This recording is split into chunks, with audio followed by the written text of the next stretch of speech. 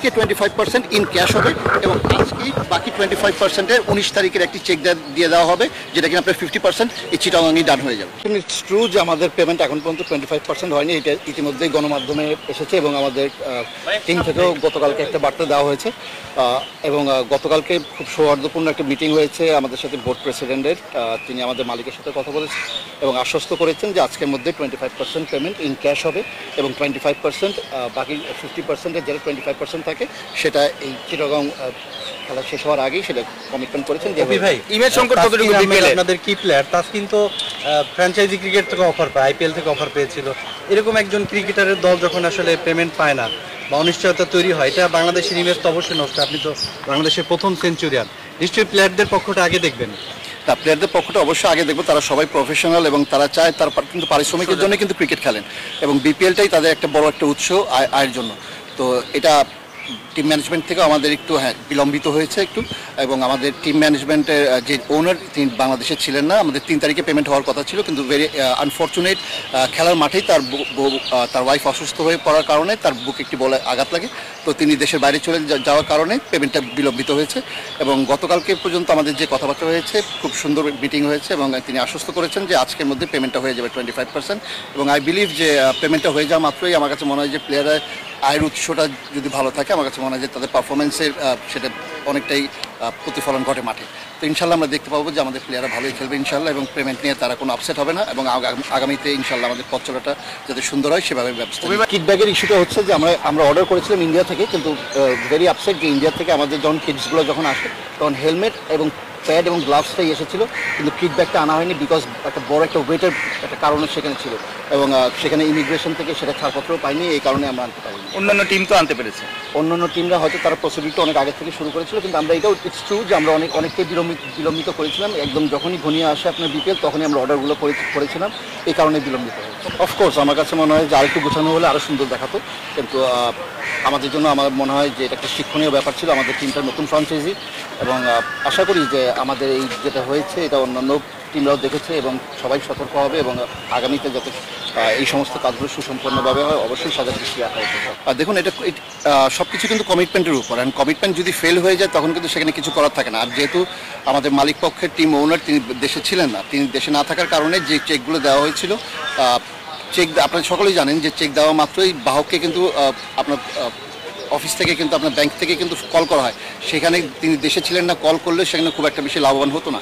তো এই একটা কারণে কিন্তু আমরা বিলম্বিত হয়েছে, এছাড়া আর কোনো কারণ ছিল না। এবং পেমেন্ট কম দিচ্ছেন, কমিটমেন্টের কথা বললেন, এটা আসলে মালিক পক্ষে না প্লেয়ারদের কথা বলছেন? না, মালিক পক্ষের কমিটমেন্ট ছিল যে আমরা 14 তারিখের মধ্যে কমপ্লিট করতে পারবো। তো প্রথমে 3 তারিখে ছিল, কিন্তু 3 তারিখে অনাকাঙ্ক্ষিত ঘটনাটি ঘটে যাওয়ার কারণে আপনার তার স্ত্রীর গায়ে বুকে একটি বল আঘাত লাগার কারণে সেটা মিরপুর মাঠেই হয়েছিল। তো তিনি দেশের বাইরে গিয়েছিলেন ট্রিটমেন্টের জন্য, আর ঠিক সেই সময় চেকগুলোকে প্লেয়ারদের হাতে তুলে দেওয়া হয়েছিল। তো প্লেয়াররা যখন ড্রপ করে তো তখন ডিসঅনার হওয়ার কারণই ছিল যে তিনি দেশে ছিলেন না, তাকে কল করে পাওয়া যায়নি ব্যাংকের থেকে। তো এটাই ছিল মূল উদ্দেশ্য, কিন্তু এমন নয় যে এটা ইচ্ছাকৃতভাবে করা হয়েছে, বিলম্বিত করা হয়েছে ইচ্ছাকৃতভাবে, সেটা এমন ঘটনাটা এমন নয়। না, প্লেয়ারে দেখুন বিপিএল কিন্তু তাদের বড় একটা আয়ের উৎস, এবং যখন না থাকবে তখন অনেকটাই কিন্তু মান অভিমান কিন্তু অনেক কিছু চলে আসে। তো সেখান থেকে আমার কাছে মনে হয় যে প্লেয়াররা এই সিদ্ধান্তটি নিয়েছিলেন, কিন্তু তারপরেও আমরা তাদেরকে বিশ্রামের জন্যই বলেছিলাম যে না, বিশ্রাম নেওয়ার জন্য।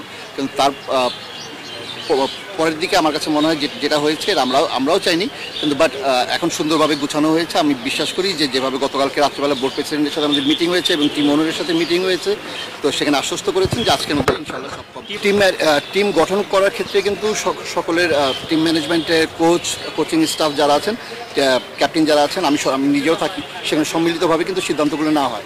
এবং আমরা প্রতিটা ম্যাচে যদি আপনি দেখেন আমাদের দেশীয় যে বলারগুলো ছিল, আমাদের কিন্তু রিজার্ভ বেঞ্চে কিন্তু বলার আছেই, কিন্তু পেস বলার 2 জন। আমরা কিন্তু 2 জনকে বরাবরই ট্রাই করেছি, হয়তো কাউকে এক ম্যাচ ড্রপ করে অন্যজনকে খেলিয়েছি। আমরা কিন্তু চেষ্টা করছি যে কম্বিনেশনটা যাতে সুন্দর হয়, কিন্তু বাট আমাদের ক্লিক করছে না, দ্যাট ইজ ট্রু। এবং তারা ভালো পারফরমেন্সও করছেন না। এবং আপনি যে প্লেয়ারটির কথা বললেন যে ওয়েস্ট ইন্ডিজ থেকে নিয়ে এসেছি, হ্যাঁ আমরা একটু ওয়েস্ট ইন্ডিজ থেকে প্লেয়ার নিয়ে এসেছি, কিন্তু তাকে আমরা মাঠে নামাতে পারছি না বিকজ তার একটা এনওসির একটা ইস্যু ছিল, তিনি তখন এনওসিটা পাননি। তো গতকালকে আমরা এনওসি পেয়েছি এবং আই বিলিভ যে আমরা ইনশাল্লাহ আজকে রেজিস্ট্রেশন করে ইনশাল্লাহ আমরা কালকে তাকে মাঠে দেখতে পাবো। আমার কাছে মনে হয় যে গতকালকে রাতের পর থেকে প্লেয়াররা আশ্বস্ত হয়েছেন এবং মানসিক দিক থেকে তারা খুব ভালো অবস্থাতেই আছেন। এবং প্রফেশনালদের ক্ষেত্রে আমার কাছে মনে হয় যে পারিশ্রমিকটা যখনই পকেটে চলে আসে তখন কিন্তু সবাই কিন্তু ভালো খেলার কিন্তু জিনিসগুলো জেগে ওঠে।